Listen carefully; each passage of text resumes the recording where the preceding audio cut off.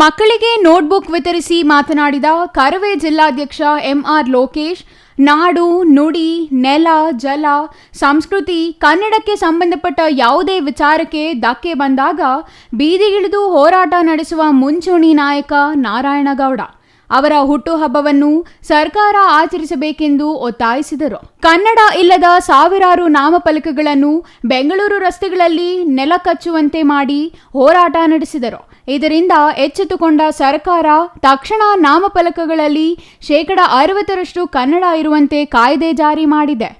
ಇಂತಹ ಮಹತ್ವದ ಕಾರ್ಯವನ್ನು ಕರ್ನಾಟಕ ರಕ್ಷಣಾ ವೇದಿಕೆ ಹೋರಾಟ ಮೂಲಕ ಜಯಗಳಿಸಿದೆ.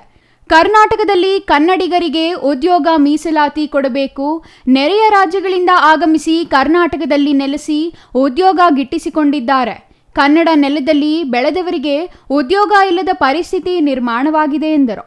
ಸರ್ಕಾರಗಳು ಮತ ಬ್ಯಾಂಕ್ ವಿವೇಚನೆ ಮಾಡಿ ಕನ್ನಡಿಗರ ಹಿತರಕ್ಷಣೆ ಕಾಪಾಡುವಲ್ಲಿ ವಿಫಲವಾಗಿವೆ. ಕನ್ನಡಿಗರ ಹಿತರಕ್ಷಣೆ ಕಾಪಾಡುವ ದೂರದೃಷ್ಟಿಯಿಂದ ಮುಂಜಾಗ್ರತೆ ವಹಿಸಿ ಕರ್ನಾಟಕ ರಕ್ಷಣಾ ವೇದಿಕೆ ರಾಜ್ಯಾಧ್ಯಕ್ಷ ನಾರಾಯಣಗೌಡ ವ್ಯವಸ್ಥಿತವಾಗಿ ಹೋರಾಟ ನಡೆಸಲು ಸಿದ್ಧಪಡಿಸಿಕೊಳ್ಳುತ್ತಿದ್ದಾರೆ ಎಂದರು. ರೈಲ್ವೆ ಇಲಾಖೆಯಲ್ಲಿ ನೇಮಕಾತಿ ವಿಚಾರದಲ್ಲಿ ಅನ್ಯಾಯ ಆದಾಗ ಹೀಗೆ ಎಲ್ಲ ವಿಚಾರಗಳಲ್ಲೂ ನಾಡು, ನುಡಿ, ನೆಲ, ಜಲ, ಕನ್ನಡದ ಕಲೆ ಮತ್ತು ಸಂಸ್ಕೃತಿಗೆ ಧಕ್ಕೆ ಬಂದಾಗ ಗಟ್ಟಿ ಧ್ವನಿಯಾಗಿ ಬೀದಿಗಿಳಿದು ಹೋರಾಟ ಮಾಡುವಂತಹ ಮುಂಚೂಣಿ ನಾಯಕರಲ್ಲಿ ಕರ್ನಾಟಕ ರಕ್ಷಣಾ ವೇದಿಕೆ ರಾಜ್ಯಾಧ್ಯಕ್ಷ ನಾರಾಯಣಗೌಡಬೇಕು ಅಂತ ಹೇಳಿ ಸರ್ಕಾರಕ್ಕೆ ಕೇಳಿದಾಗ ಅವರು ಅದನ್ನ ಅಷ್ಟಾಗಿ ಇಂಟ್ರೆಸ್ಟ್ ನೋಡಿಸಲಿಲ್ಲ.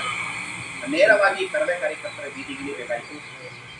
ಸಾವಿರಾರು ನಾಮಫಲಕಗಳು ಬೆಂಗಳೂರಿನ ರಸ್ತೆಗಳಲ್ಲಿ ಬೀದಿಗೆ ಹೋಗಿ ಆಗ ಎಚ್ಚೆತ್ತುಕೊಂಡ ಸರ್ಕಾರ ತಕ್ಷಣ ನಾಮಫಲಕದಲ್ಲಿ 60% ಕನ್ನಡವನ್ನು ಕಡ್ಡಾಯವಾಗಿ ಬಳಸಬೇಕು ಅನ್ನುವಂಥ ಒಂದು ಕಾಯ್ದೆಯನ್ನು ತಂದು ಅನುಷ್ಠಾನ ಮಾಡಿದರು. ತಾಲೂಕು ಅಧ್ಯಕ್ಷ ನಾರಾಯಣಸ್ವಾಮಿ, ನಗರ ಘಟಕದ ಅಧ್ಯಕ್ಷ ಶಬೀರ್, ಚೊಕ್ಕಹಳ್ಳಿ ದೇವರಾಜ್, ಲಕ್ಷ್ಮಣ್ ರೆಡ್ಡಿ, ರೆಡ್ಡಪ್ಪ, ಶಿವಣ್ಣ, ಭಾಸ್ಕರ್ ರೆಡ್ಡಿ, ಟಿವಿ ಮಂಜುನಾಥ್, ಇಂತಿಯಾಜ್, ಚಂದ್ರಶೇಖರ್ ಹಾಜರಿದ್ದರು.